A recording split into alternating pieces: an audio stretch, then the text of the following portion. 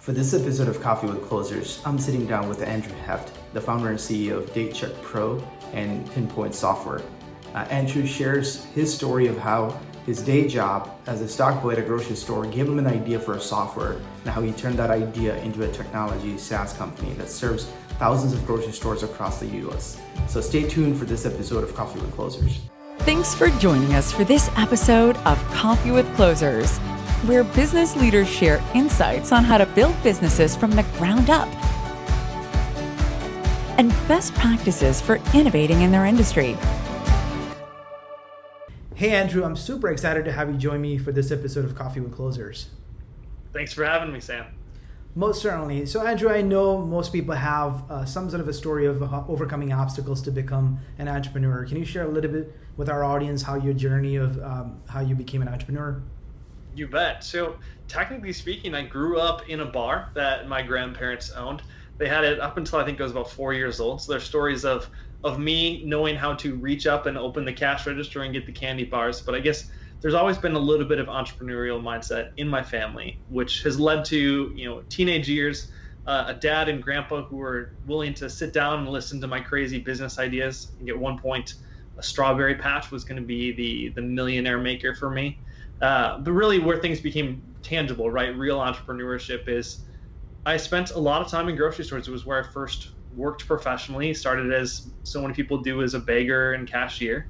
Eventually got a chance to work in the grocery aisles, and my job was probably one of the least fun tasks in a store. It was meandering the aisles, checking expiration dates, and pairing up with frustration of how that process was really reactive and really time consuming, certainly not enjoyable, with this entrepreneurial bug that I've always had my entire life growing up, created an opportunity to solve that very real problem for an industry that eventually became the business I run today, which is Pinpoint and our expiration date software at DateCheck Pro.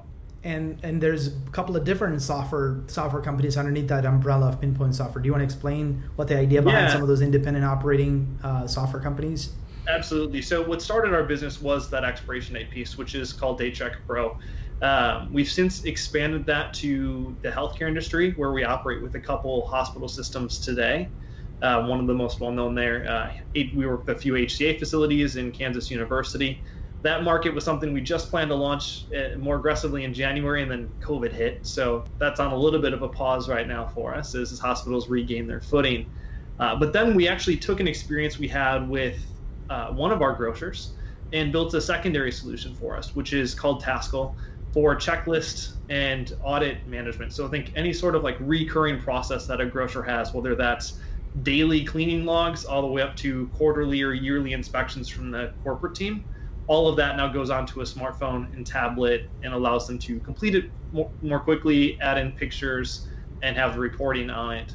But really, the biggest part of our business has been where we've started, which is that expiration date piece in DateCheck Pro. So obviously, you're still young in your career. You've started a couple of different software companies, and you've obviously trying to scale each one of those independently. Of all the things you've accomplished so far, what's one thing you would say you're super proud of? Yeah, so we try as hard as we can in every interaction with our customers to go the extra mile, right? So our customer support team is not called customer support, they're customer success. And I had a team member ask me recently, what's the line between support and success? And I said, there isn't a line, it's all success. You should always be acting in the best interest to improve our customers' results and their business health. And that really showed and became evident in terms of how well that's appreciated by our customers, because last year, for 2019, we were awarded the Wisconsin Grocers Association Vendor of the Year. And that also makes me the youngest business owner to ever achieve that award with them. So I felt like that was a great testament to all the effort our team has been doing so far. That's awesome to hear. In the process of building your business, what's like one big lesson you learned in that process? Yeah, so being humble and honest here, I started the business when I was 18 years old. I turned 19 shortly after, but 18 when I started. And I think there was a big weight put on my shoulders early on where I was trying to compensate for the fact that I was young, right? I needed to try to show that I knew all the answers, because I always knew that I had that judgmental comment behind me of, well, does he really know what he's doing? He's only 18, he's only 19. And eventually you get past your humility and you realize my biggest lesson, I think, along the way, which is you don't know the answers, and you need to be comfortable asking for help, right? Go find those mentors. Find those that are going to help guide you through each of your individual challenges, because there's a community of people who are there and not only ready to help, but they want to help. Yeah, and I think I can relate to that feeling you have. I was also on my journey of becoming an entrepreneur. I was also very young, and I almost felt like I had to compensate for my youthfulness, especially when you're sitting across the table from CEOs of very big organizations.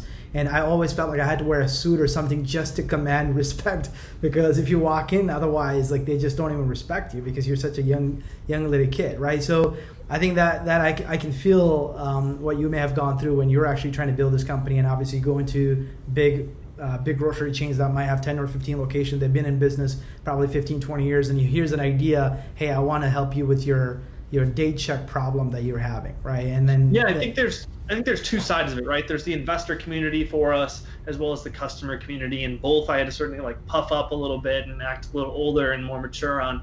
And I think one funny story for you here is on the investor side. I was giving a pitch, and I just bought my literally first ever coat, right? Sport coat to wear into it with my dress shirt.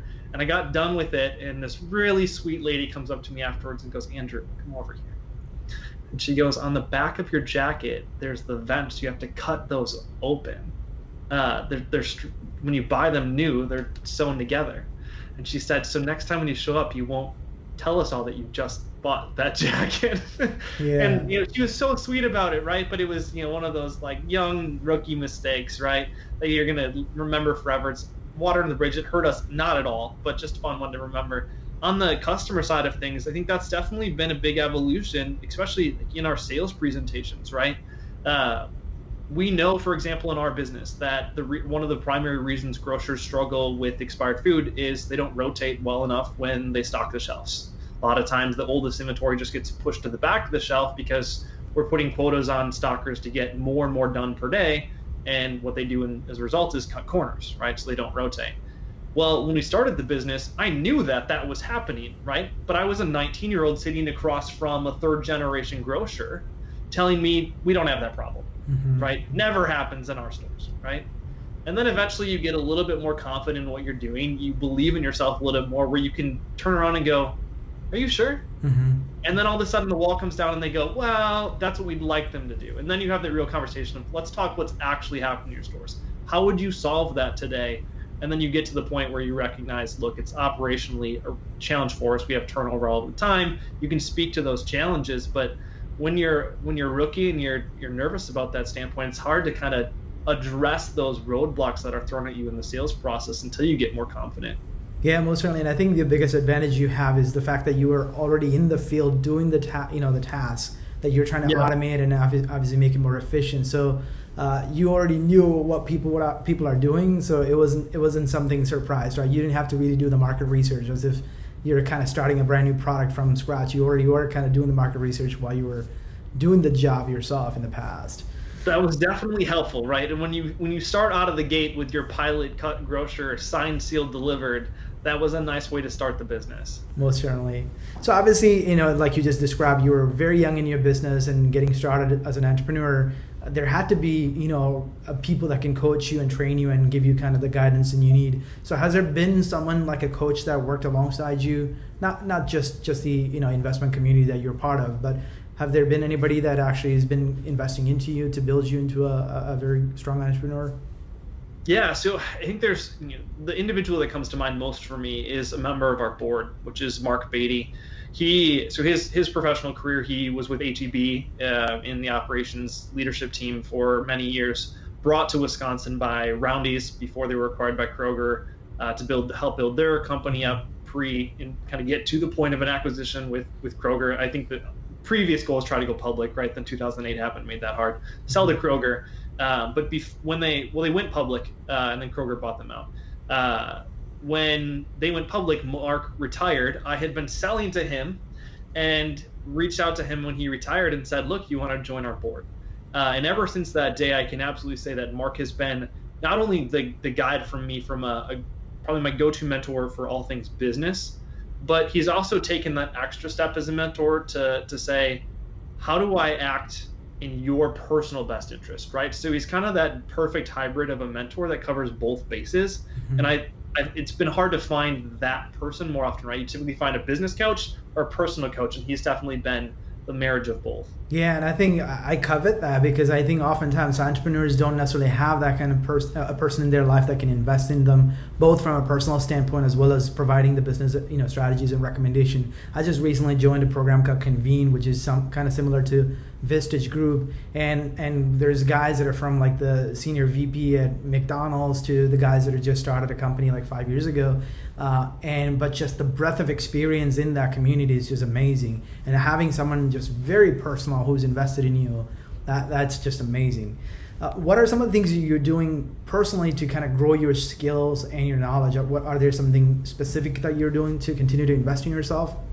Yeah, so I mean, first on like the mentor piece too, I will say I'm a member of the Young Entrepreneurs Council, and from like to your group point, right? There's a tremendous asset there because it's built in the name, but it's younger entrepreneurs of a certain size of business, right? I think you have to have $1 million in revenue or more these days to get into it. But the whole point is a lot of us are facing the exact same challenges, right? And we've all kind of crossed certain bridges before one another, and we can throw those out and say, what hiccups did you have with the solutions? Anything I should be weary of before I sign on with this solution for our company? Or how did you address this scaling challenge? And having a network of people who've done that has been really helpful. From a personal standpoint, I think, sure, we're on a podcast, and I'd love to tell you that I listen to podcasts regularly. I tend to be more of a reader when I do dive into personal development, but I do so with more of I like to pick up a book, read it, because it's a very specific challenge I know is upcoming in the business that I want to prep for, and I'll read the book or a couple books around that topic, but then I'll work on it. So I'm not the person who reads a book every week just to say I'm an entrepreneur, I have an obligatory 52 books a year to read, right? I would rather read one and learn from it and implement what tactics are and lessons can be learned from the book, then read it, set it down, forget about it, have some one-liner on this podcast to tell you about how great the book is. That's not my style with things. So talk to me a little bit about that practical execution, because I think that's the biggest challenge that I'm for sure that I have, that I'm sure other entrepreneurs have as well. And I'm one of those guys that I do listen to a lot of books on Audible, and then also podcasts, the ones that I really enjoy. And I do the 1.5 times 2x the speed of the reading too, because I can listen to a book in like 4 hours as opposed to like 8 hours. So, but what I do is I do have Apple Notes on my phone, and then I'm actually taking notes, and I just have key points, and I have book summary as a Apple Note that I just keep all this book summary, and then I have something on action items. But oftentimes those action items stays in the Apple Notes and doesn't necessarily get executed. But then sometimes it just crossed my mind like, oh, I remember reading or hearing that. But what are you doing practically to actually do the execution of things that you're learning? Yeah, I think, there's two segments of books that you read, right? There's books that are like foresight, learning, true, like broad professional development. And then there's ones where you're addressing a very tangible need in your business today. Those are far easier to implement, right? Because you're going to put the book down and you're going to take steps that day or the next day to implement. That tends to be more of the side of things that I'm doing, where I'm looking at things that are coming up in our business and I'm prepping for those. When I'm doing the professional development ones, I think it's say that any of us can have the same challenge you do, right? We've got a note section. It's easy to forget about. Got pages earmarked on books that I probably never picked up again to read the earmark on. For me, it comes down to trying to write down a shorter list, right? So if I can read a book that's not meant to be trying to solve a very specific need in the business and take away one or two things from it and implement those, that's success to me, right? I don't have to follow a 100-step playbook within it to make it meaningful. Yeah, and I think when we get to talking about the systems and process, maybe we can touch on some of the practical things that you're implementing within the organization to see things through in terms of getting executed. So are there, obviously things are changing super rapidly. You're in the technology space, you're building a SaaS, and I'm sure you're seeing the firsthand what the companies that you're trying to sell to, how resistant they are to change sometimes, because they've just been doing the same thing the last 20 years the same way and they don't want to change it. But have you noticed that kind of a nature within you, like, hey, there's things changing, but you have that resistance to change as well? Absolutely. Within our industry, right, you can, before I will answer my own behavior there, but there's segments within the grocery industry, and some of it's the independent market, right, where it's third, fourth generation grocer, and it is hard to change because it's the way grandpa or great grandpa used to run the business. And so there's that piece. But personally, I think, I actually have direct conversations with our team that I am very much a believer in build a plan executed at B plan executed well is better than an A+ plan that never gets to execution, right? So I hate the perfectionist in the planning. I would rather go and implement, learn, improve along the way. What I don't like doing is developing a plan and then pausing and saying, like, let's reassess the entire plan. And so that kind of shows itself when change management stuff comes up, where somebody's proposing a change in course for the business. My gut reaction tends to be no, right? Like, I will immediately think, no, let's not do that. It's not a good idea. And I at least have learned to recognize that more, and take a pause and think about it, right? So I still think I have a reaction where I might push somebody away right away if I don't like the idea right away. But I'll think about it, and then I'll go back and engage in a conversation. Usually starts out with, sorry, I pushed you away. That was a good idea. Let's talk about it some more. But also, I think because I've brought it up with my team that I recognize that as a weakness, I've created an opportunity where there's certain team members who will go, you're doing that thing again, come back to me in an hour. And I think the other side of the spectrum is the entrepreneur that's always making change without even getting the buy-in from the team as well. That's another problem. Yeah, I mean, I can't do that. We're a small team, right? We have to work on a pretty narrow course of where we're going. It is easy to get drawn in a bunch of directions. Talk marketing, right? There's so many different things you can do on a day-to-day basis, even just in the content space. But we're a team of 8. We have to pick what's going to actually work for us and stick to it, because I'd rather have quality over quantity. Most certainly. And as we're entrepreneurs, we are also always playing this leader versus the manager role. In your perspective, how do you define the two? Yeah, that's a good question, Sam. I think manager, right, is to me, I see it kind of a progression, right? It's so easy when you're the founder, because you are your own manager and your own execution of your business, that as your team grows, you naturally fall into that manager bucket, right? Like, you're telling people what their goals are. You're telling them what their action steps need to be, and you're following through and watching their to-do list and checking it off if it got done. The leader to me is somebody who motivates their own team. So you give a structure and a vision of where you're going as a company, and then you're working with, so for example, what I try to do on the leadership space is we now have the departmental goals that are set by the department leaders. And so I want them to set those ahead of time for the year. We'll talk about them, and I'll challenge them. If I think they could get stronger or push harder with their goals, I will bring that up. But I want them to set that goal, because at the end of the day, they're the one who has to execute on it. So if they don't believe it, if they think it's doomed to fail before it even starts, we're not even going to get close, because they're just going to put zero effort into it. So to me, it's enabling your team with a vision, believing in who they are, and giving them the tools to succeed, and then stepping back and letting them do just that, and then just checking in with them, giving them support. How can I help? What are your challenges? Sometimes it does require a little bit of the manager to come back in, a little bit of kick of motivation. Like, you can't fully step away from the manager, but definitely this progression to me. Like, you start as a manager, it's easy to be that, but you really need to be as a leader, especially as a founder in a company. And I work every day to try to move myself closer to that leader bucket.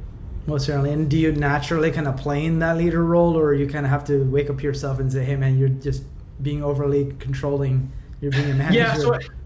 Yeah, both, right? I think it's easy to fall back into the manager bucket for anybody, because it's the when you're a founder too, like, you're so used to owning everything from when you started the business that it's so easy to fall back into that role. But I think what's helped us too is we try to hire team members who have some level of that entrepreneurial spirit. It doesn't have to be, I'm going to go start my own company someday, but just in the conversation, we like to see that they've got that interest in building something, right? Whether that's an intrapreneur or an entrepreneur. And so by getting that team member in place, I want to hire team members that I believe fundamentally from day one have the capacity to lead themselves, right? And manage themselves. And so because of that, I can take a step back. It probably hurts us sometimes, because by putting too much faith into somebody, they can go, maybe we've had the team members who didn't work out.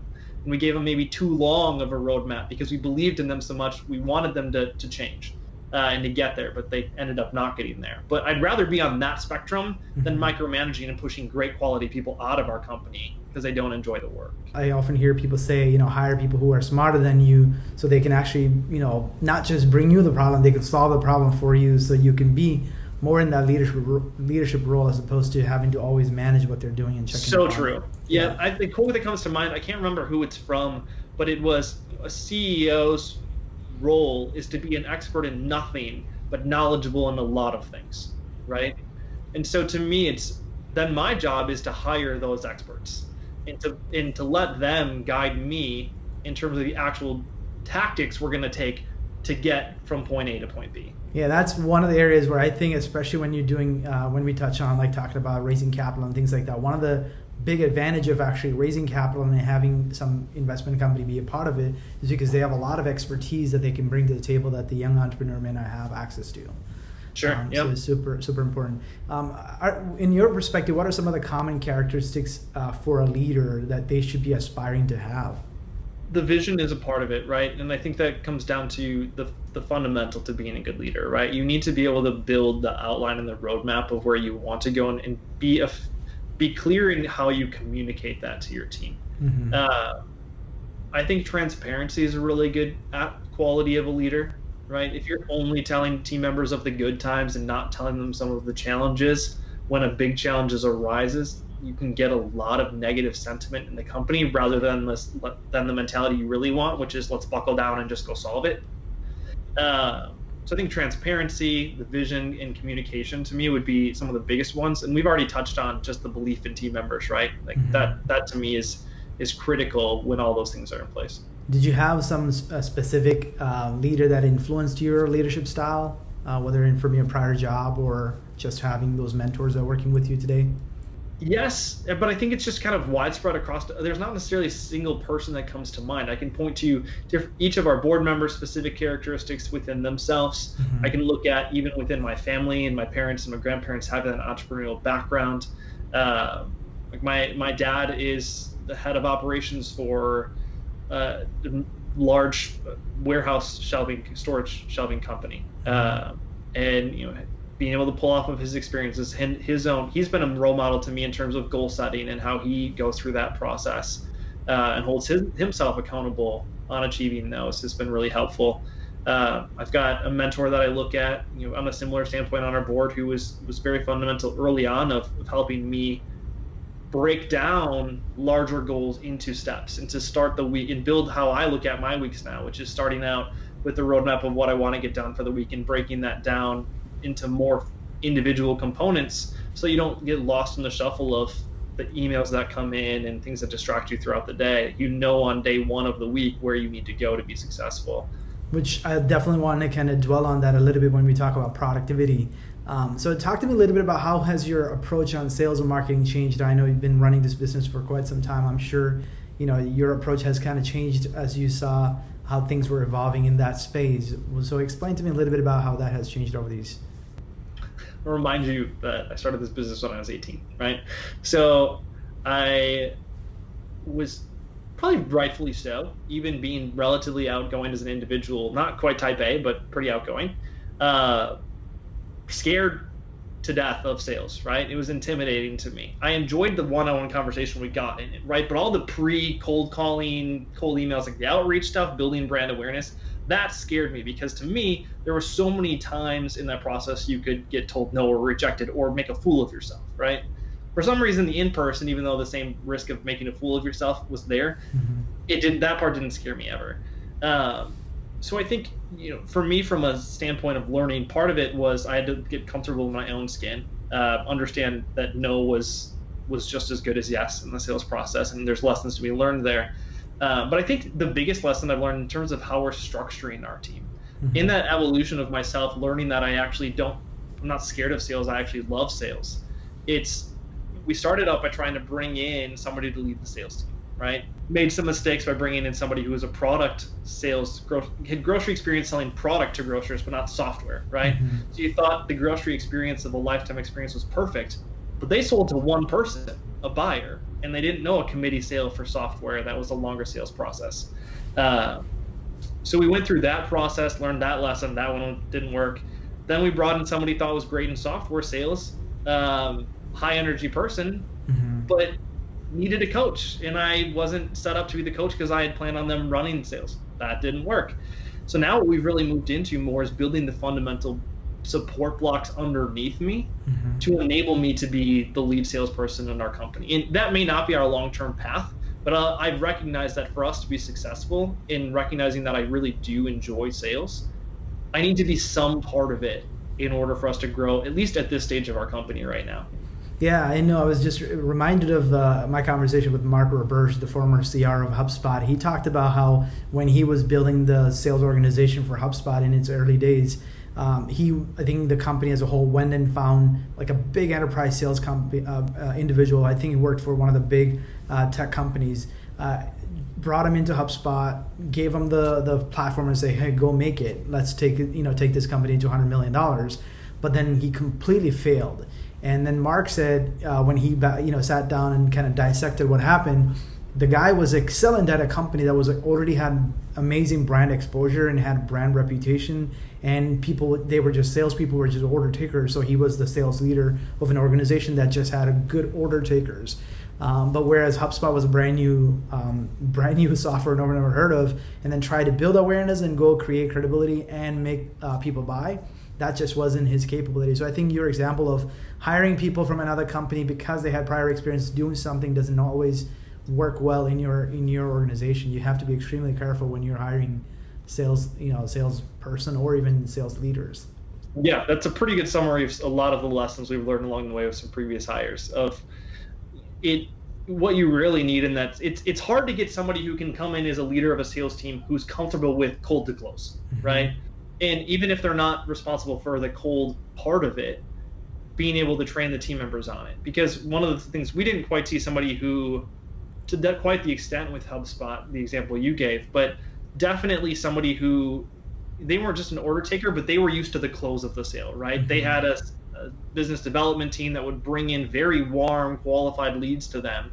And we weren't giving that person that resource on our team. We were small. We were 4 or 5 people at that time, and they were the sales team. And we put a lot on their plate. We expected them to be able to do it, but their prior experience wasn't that. And so we were putting them back to rookie sales days, and it'd been potentially decades since they'd been in that role, and definitely wasn't a passion of theirs anymore, so it wasn't successful. Yeah, they definitely. Yeah, of course, there are some transferable knowledge and expertise that come from one industry to another. Sometimes I think you got to look past some of those experience as the biggest decision-making factor, because that may or may not even pan out.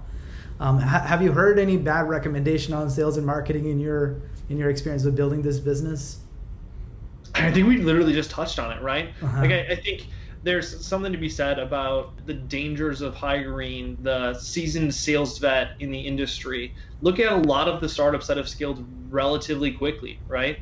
You look at the VP of sales on it, and it's some young, scrappy person who's willing to completely ignore the status quo of how sales and marketing is done, truly listen to their market, and develop a sales and process around their unique business.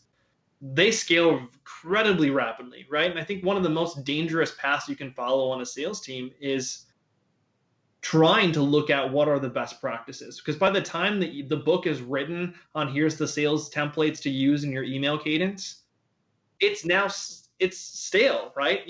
Everybody's received that email 1,000 times and it does nothing for you, right? You can take the lessons learned in the book of how they developed the process to build your own cadence and understand the value of the email cadence, but to copy and paste or even slightly edit up copy from somebody else, it's a published bestseller book, total waste of time. I know. Actually, someone who I have scheduled to join me for another episode is Aaron Ross from Predictable Revenue, the former CEO, I guess the VP of sales. I guess he was. Who's going to tell you all these predictable things to do? Like he's the one who built this, right? He's the one who told everybody to do that, which is great. But I think what you learn from Aaron is learn his process. Correct.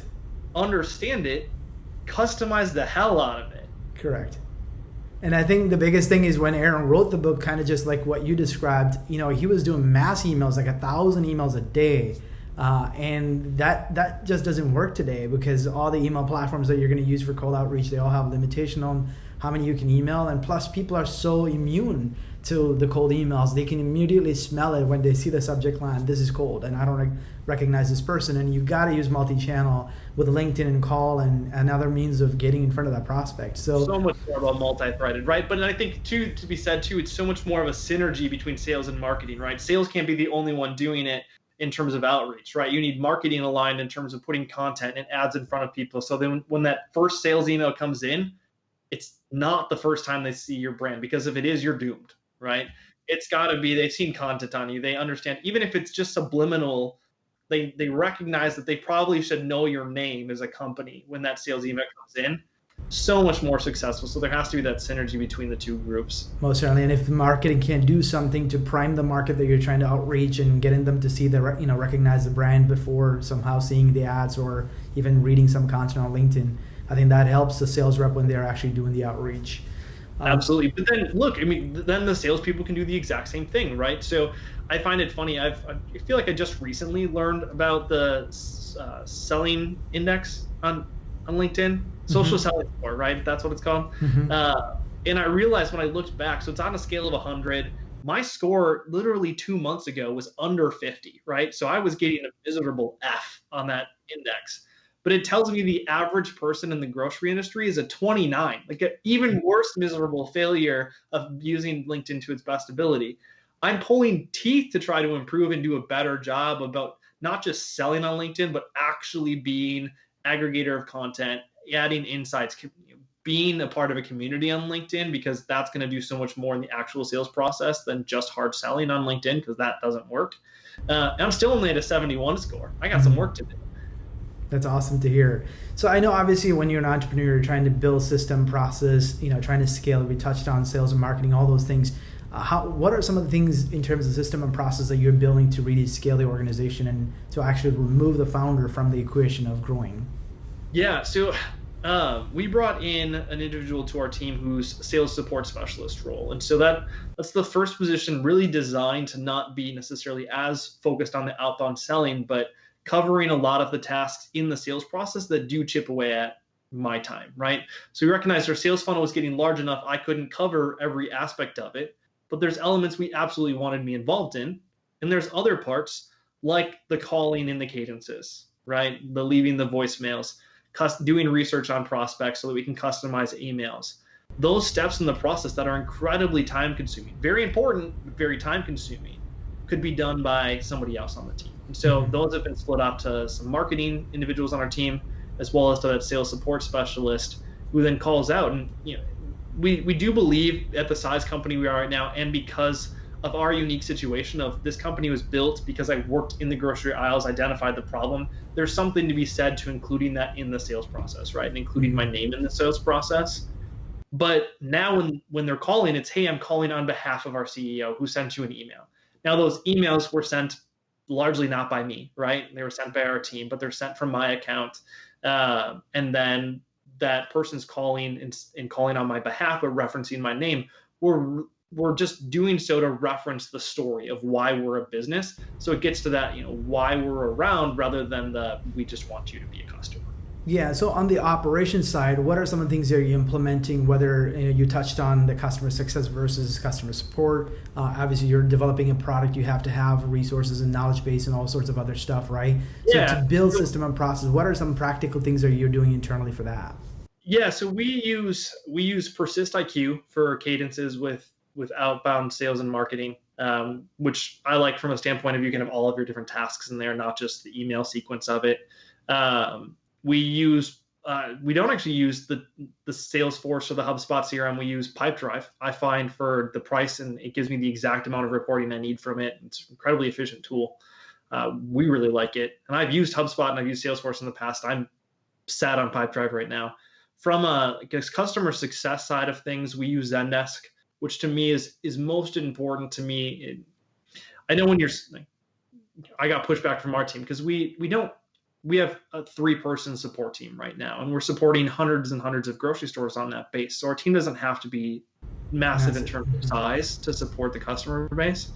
So the natural pushback then from your team is going to be, well, why do we need an enterprise type solution for tracking our tickets and things? And my response there was, it's about the data, right? We need to be able to understand on a per account basis how much support are we getting, so that as we scale, we know the answers of how much we need to scale our team. We need to be able to track tickets by type so we can understand where we have bottlenecks in our support, because there's probably something we can do on the development side to avoid that and reduce that burden, so we have one less thing to worry about as we scale. And then we actually just started using a tool called UTrack. I forget the main brand that's over the top of it, but we use that for development, which is what we're using for our sprint planning. When support things become bug requests from the dev team, all of that goes in that environment for us. So I know, obviously, you're building a business. You always have some sort of an exit strategy in mind, and also some sort of a strategy for growth and how you would want to fuel that growth, whether it be taking private equity or just organically growing with your sales internally. What's your perspective about this whole scaling and selling and the approach that you would use to do that? Yeah, so I think historically we've definitely been the odd duck in terms of how we've grown our business, because you hear a lot of bootstrap stories and you hear a lot of rapid scale, large raise companies, and we're right in the middle. We've raised money. We've done it over a series of 5 much smaller rounds that equated to just over $1 million in capital into the business. We've done that for a couple of reasons. One, I was young when I started the company. We had $600,000 committed to our first round without really that much effort. I turned down all but 125 of it. And my response to investors was, I'm going to do a lot of dumb stuff with this money. So remember, I saved 475 right now. When I ask you for more next year, when I've got a little bit more street smarts in me as an entrepreneur. And that's definitely been helpful for us. And the other reason we do it is we're in a longer sales cycle business, right? So, and it's a very niche market. There's only a couple hundred supermarket groups that have 10 or more locations. So the larger customers for us that we're trying to target, from those independent chains to the regional supermarkets. There's only so much you can do with more scaled money for us. So for us, it was, let's do smaller rounds. Let's align our business around what we know of our sales process and our sales cycle, and run a little bit more of a break-even cash flow business, so that when we do decide to add more fire to the flame, we can do so much more tactfully, much more wise with the money, but guard our shareholder equity within the company. Mm-hmm. So obviously we touched on a lot of different things, and you're involved in the product development, the sales and marketing, the operation, also investor relations, and dealing with those investors and making sure that their money is well, that you're managing their capital well. What are some of the ways that you're being super productive to make sure that you are extremely efficient and getting what you need to get done so you can propel the company forward? Yeah, this is really small tactic level, right? But I operate on an inbox zero type format with my inbox. And so the only things right now, there are, I think, 8 things in my email inbox. That's it, right? Of all the junk mail, that's it. Everything else is gone. And I do that by design. So one, I use a tool called unroll.me. If you haven't heard of it, download it the second we hang up this call. Mm-hmm. It is incredible at getting most of the spam out of your inbox, mm-hmm. and unsubscribing you from all the news feeds you care nothing about. And you probably don't even remember signing up for it, because you did. They just added you. The other part of it is what's in my inbox is essentially my to-do list of things that aren't done. So if it's not me that's going to drive the bus on it, I forward it off to another team member and it's gone from my inbox. But if it's me who needs to take action on it, it's in my inbox as a reminder of the most critical things upcoming for me. Besides that, we've added a role on the team that is meant to be kind of a cross-departmental support person. So not necessarily a true, I don't think we're at a point where I need a full-time executive assistant, right? But they're essentially a floating executive assistant for multiple team members. And that's been a great resource for us as well, to kind of keep on top of things, as well as get their job partly is to look at the projects they know I have upcoming and insert themselves in to add efficiency to those. Mm-hmm.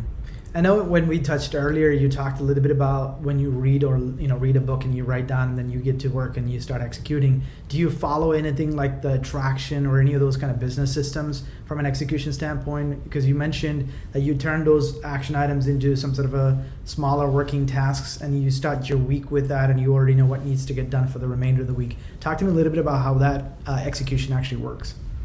Yeah, so I guess there's not necessarily a system name that I'm familiar with for it. It was one that I had mentioned earlier that was more just taught to me by a board member. His coach to me at the time that I remember was to make sure that you're time blocking things, right? So Nir Eyal, if you're familiar with him, with Hooked, and now his most recent book, which was Indistractable. There's a lot of great lessons learned in there of setting aside very specific time to get things done, right? And filling up your calendar of how you plan to use your time. And not allowing email to creep into whatever's on it or to answer that phone call during it. That's been really helpful that I've added into it. I'm not perfect at it. It's still very easy to get distracted by that email that comes in from a top client or a top prospect or a team member. But what I like to do is, here's my process. So I use Asana, and that's my today, tomorrow, this week, upcoming, and long-term project and goal tracking, right? So the towards the end, the long-term piece is where my individual goals and the goals for the company sit. And then I start breaking those down into tactical elements in the today, tomorrow, this week, upcoming segments of it. And then I start the week by filling that out, right? So I will figure out Monday, Tuesday, what they look like, and then what parts of the upcoming I want to try to tackle this week.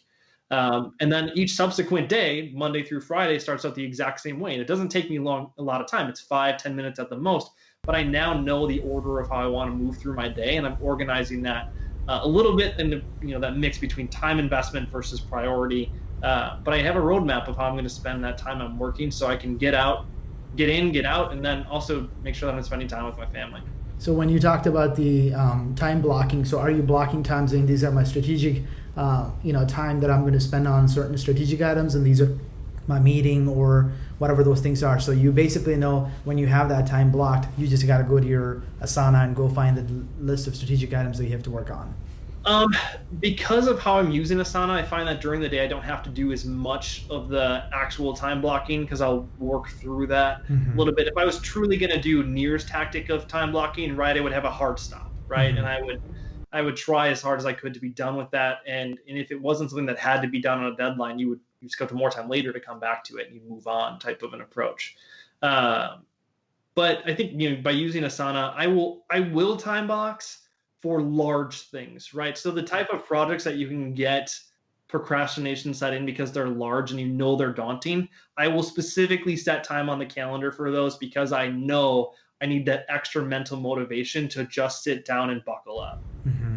Yeah, I know exactly what you're referring to because sometimes because there's a monumental task, you just put it aside, only it's just going to pile up even more because you have other monumental things piling up while you're putting the other one aside. Yeah. Obviously, you've shared a lot of wisdom. You've shared a lot of advice. What advice do you have for somebody who's an aspiring entrepreneur trying to get started? What would you tell that person? You've probably had a bunch of podcast members already and people you've interviewed on here, but there is so much to be said about learning the business model canvas and customer discovery. And even if going through the hoops and the motions, even if it's a business you don't move forward with, will help you learn more about that process for the business you ultimately will decide. But I think the biggest thing too is to me, you can do all of that, but at the end of the day, you're signing yourself up for quite an adventure. Don't just build a business because you see dollar signs. It has to be something that you're tied to and you have a passion for, right? So when I'm working with student entrepreneurs and they're every entrepreneurship class starts out with a pick your business idea of what you're going to spend your whole semester on building a business plan around, right? And you'll start by staring at a whiteboard and trying to think of whatever the next Facebook's going to be. And that works terribly because at the end of the hour and a half brainstorm session as a group, you've got nothing on the whiteboard that's tangible. So I'll coach through and say, look internally, right? What's in your life that are challenges that you personally relate to? Now, what are some ways that you think you could solve that? Write those out. Pretty soon you're going to have 30, 40 business ideas. Narrow that down to what you think is actually tangible.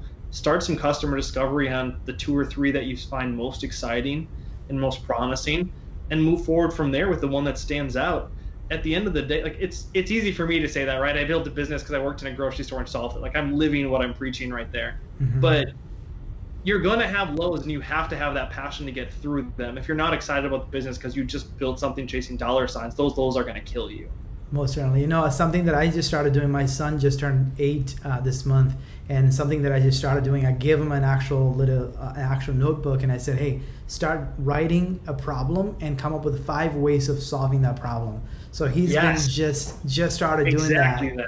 So because what I've noticed in my world, right, is like I love people who actually can recognize a problem and also thought about 5 solutions before they brought to me that problem. And it just alleviates a lot of headache, and you make a lot more progress when you have people like that. So my son is extremely observant. He sees a lot of things, and sometimes even things like, you know, critters outside. And I said, well, what do you think you should do about it?